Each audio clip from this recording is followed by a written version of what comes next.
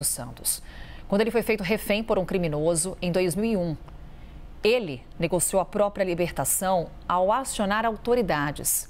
Uma dessas autoridades foi o vice-presidente Geraldo Alckmin, à época governador de São Paulo, com quem conversamos agora. Vice-presidente, seja muito bem-vindo aqui à CNN Brasil. Um bom dia. Muito obrigado. Quero cumprimentar a Carol, cumprimentar a Débora.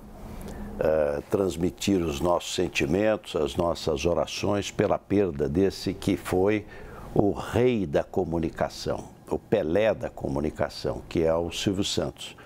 Então, lembro com muito carinho do Silvio Santos, desde a década de 70, quando ele lançou um programa chamado Cidade contra Cidade. Foi um sucesso na época. Eu era prefeito de Pindamonhangaba. A minha cidade se inscreveu para o programa do Silvio Santos e Pinda ganhou 3 ambulâncias, porque cada vez que você vencia a gincana, você voltava no outro domingo. Então eu passei um mês inteiro aos domingos lá no programa de auditório do Silvio Santos e foi um sucesso. Mostrava a cidade, suas singularidades, era uma gincana muito bonita e um programa de grande sucesso naquela época. Bem, quem proporcionou essa conversa com o vice-presidente Geraldo Alckmin foi a Débora Bergamasco, que já aparece aqui em tela conosco. Daí, Débora, a primeira pergunta é sua, claro, para a gente iniciar essa conversa com o vice-presidente, por favor. Obrigada, Carol. Um prazer estar aqui com você. Boa tarde, Theo Cury, que está conosco também, o analista. Presidente, muito obrigada por estar conosco nesse momento, porque como a Carol falou, né, na abertura aqui dessa chamada para o seu nome, relembrando esse momento, presidente, em que a gente pode dizer, sim, que o senhor foi um dos responsáveis por salvar a vida de Silvio Santos quando ele foi sequestrado. Gostaria que o senhor, por favor, relembrasse esse episódio, como o senhor soube da notícia e como foi contactado por ele. Olha, Débora, isso foi em 2001, portanto faz 23 anos atrás, e quem foi sequestrada inicialmente foi a sua filha, a Patrícia. Ela foi sequestrada.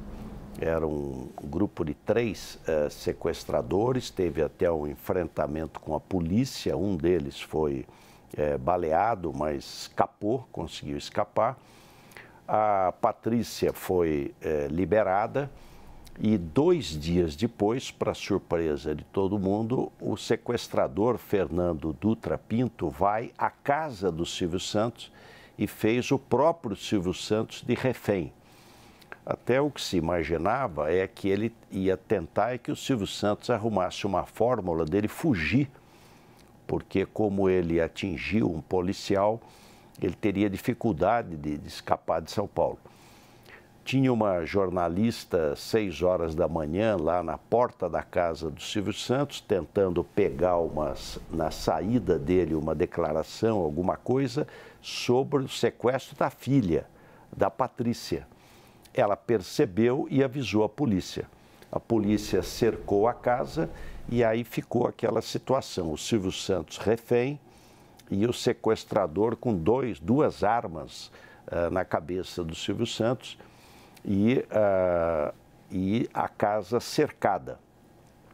Isso foi bem cedinho, 6, 7 horas da manhã, eu acompanhando com o secretário da Segurança Pública, até que às 10 e pouco, 10 e meia da manhã, o secretário da Segurança me liga e fala, olha, o Silvio Santos tinha o meu celular, ele me ligou e falou que se você for lá, o sequestrador se entrega. Aí ele falou, olha, mas nós entendemos que não deve ir, abre um precedente, não é o adequado. Aí aguardamos, 11 horas, 11 e meia, meio-dia, 7 horas depois do sequestro, já eram quase 2 da tarde, eu lembrei de um professor de medicina que dizia, quando você tiver uma situação muito grave, não se omita, nunca se omita. Então resolvi ir, mesmo contra a opinião de alguns. Fui e entrei rapidamente na casa, só tinham os policiais, a casa estava vazia e num cômodo, deveria ser a cozinha, estava o Silvio Santos com o sequestrador. E um colete balístico ali na porta e os policiais ali sob o comando do capitão De Luca, que era o chefe da operação antissequestro da Polícia Militar. Cheguei à porta, falei, Silvio, é Geraldo Alckmin. Aí entrou em cena o Silvio Santos. Doutor Geraldo, esse rapaz é ótimo, ele vai fazer faculdade, enfim.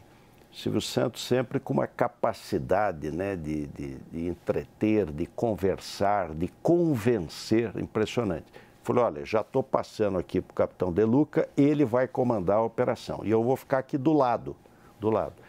Aí ele deu as instruções, arma, desarmar, tirar todas as munições, abrir a porta, jogar a arma e as munições, isso foi feito, eles já não deixaram a porta fechar, já entraram. O sequestrador foi preso e o Silvio Santos libertado. E eu me lembro de um fato, ele tinha um ferimento, o sequestrador, e o Silvio Santos prometeu dar umas roupas para ele. Então, não, eu prometi dar roupa para ele, espera, vou buscar as roupas e tal. Então, tinha uma preocupação, né, com a pessoa. E logo entrou também uma médica, uma cirurgiã, para verificar o ferimento do sequestrador. E o outro fato que eu me lembro, Carol e Débora, é o bom humor dele, porque aí vazou a informação, olha, o sequestrador já está preso e o Silvio Santos já está liberado. E telefonou para ele, acho que a esposa, e ele atendeu e a resposta dele foi, meu bem, não foi dessa vez. Aliás, essa foi a grande característica do Silvio Santos, né? A alegria. Os domingos no Brasil, todas as casas eram mais alegres, com a presença descontraída do Silvio Santos. Diz que um estado de permanente bom humor é uma das melhores provas de inteligência. Vice-presidente, nós também destacamos aqui, durante essa cobertura, a capacidade de diálogo de Silvio Santos com os políticos dos vários espectros. E aí eu lhe questiono, antes desse episódio do sequestro, como era a sua relação com o empresário, comunicador Silvio Santos, enquanto governador do estado de São Paulo? Olha, todo o debate, quando tinha no SBT, né, eu participei de vários debates como pré-candidato a governador e a presidente da República, ele era muito amável, ele ia no camarim, né? Desejar felicidade, desejar sucesso, cumprimentar, a gente até brincava com ele, porque ele foi pré-candidato a presidente da República. Acabou não sendo candidato, mas foi um período pré-candidato a presidente. E depois, também durante o governo do Estado, fui algumas vezes aos programas lá do Silvio Santos, no SBT. Enfim, era uma relação muito cordial. E lembrávamos do programa Cidade contra Cidade. Ele até pensou, uma época, em relançar o programa que fez muito sucesso na década de 70 e mostrava os municípios, mostrava coisas originais do município, era educativo, né? Tinha um sentido também de mostrar melhor as nossas cidades. Então, sempre foi uma relação muito positiva. E depois ele sempre lembrava, quando a gente ia tomar um cafezinho, olha, ao menos estamos numa situação melhor, né, do que naquela lá de 2011. Théo Cury. Presidente, bom dia, obrigado pela participação aqui com a gente. Há pouco o presidente Lula deu uma entrevista a jornalistas ali para falar do Enem dos concursos e comentou também sobre a morte do Silvio Santos. Ele relembrou um caso sobre quando ele questionou o Silvio Santos sobre o jornalismo do SBT e o Silvio Santos disse a ele, olha, eu não vou fazer jornalismo para criticar nenhum tipo de governo.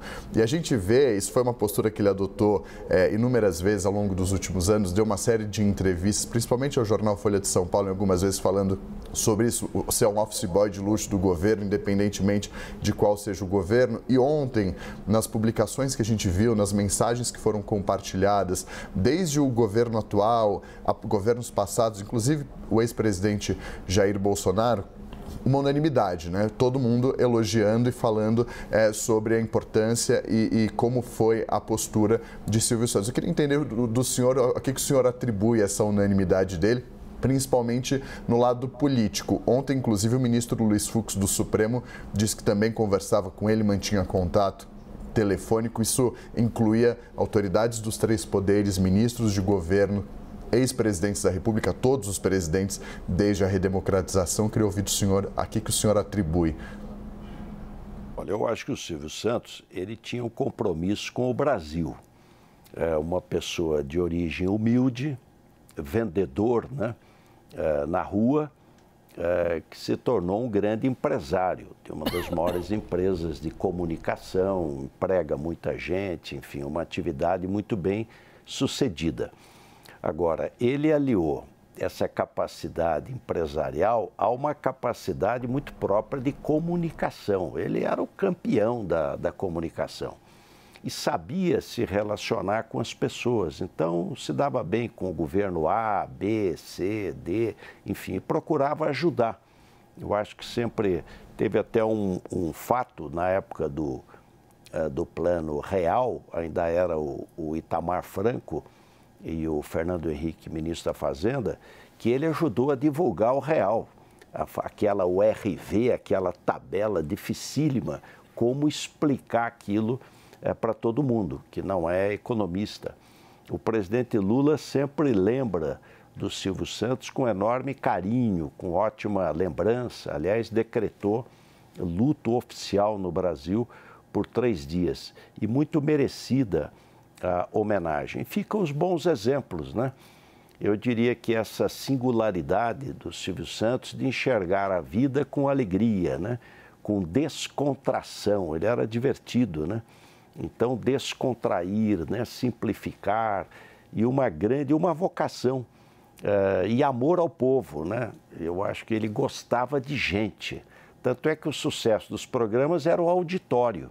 Quer dizer, não tinha programa do Silvio Santos sem auditório. O auditório é que animava, alegrava e ele fazia questão de interagir com o auditório. Carol, posso fazer mais uma perguntinha? Claro, claro. Presidente, quero saber 2 coisas. Primeiro, o senhor relembrou, né, em 89, quando ele tentou ser candidato à presidência, e aí pela tua história, né, que o senhor tem a vida inteira de prestar serviços públicos como autoridade, prefeito, governador e tudo mais, ministro, vice-presidente. Gostaria de saber o que o senhor acha que teria acontecido com o Silvio Santos se ele tivesse conseguido finalizar e realmente disputar aquela eleição que foi uma loucura de 89, né? A primeira depois da redemocratização, enfim, naquele momento em que Fernando Collor de Mello acabou sendo eleito. O que teria acontecido? E queria também que o senhor contasse o que é que Pindamonhangaba tinha que ficou tanto tempo vencendo, hein? Qual que era o treinamento que o senhor fazia lá?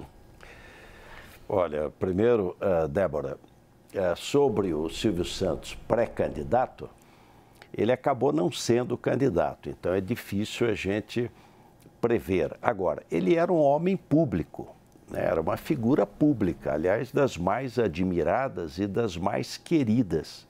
Você sabe que depois do sequestro, que ele ficou refém, eu fui num domingo em seguida à missa em São Miguel Paulista, em São Paulo, na Zona Leste, e eu não conseguia entrar na igreja. As pessoas me agarravam, obrigado, obrigado, salvou seu Silvio. Então, ele era como se fosse da família, então um homem público. Agora, ser candidato ou não, aí é momento, é vontade, é a circunstância. Ele teria sido um candidato muito forte, porque poucas pessoas eram tão conhecidas, tão queridas, então teria sido um candidato muito forte. Mas acabou não sendo candidato, mas serviu ao Brasil na sua área de influência. Em relação ao programa Cidade contra Cidade, era uma gincana. Então, Pindamonhangaba versus Barretos, depois você ia disputando, ganhava, continuava. Então, passei o mês inteiro, domingo, lá no teatro, não existia SBT, nas gravações.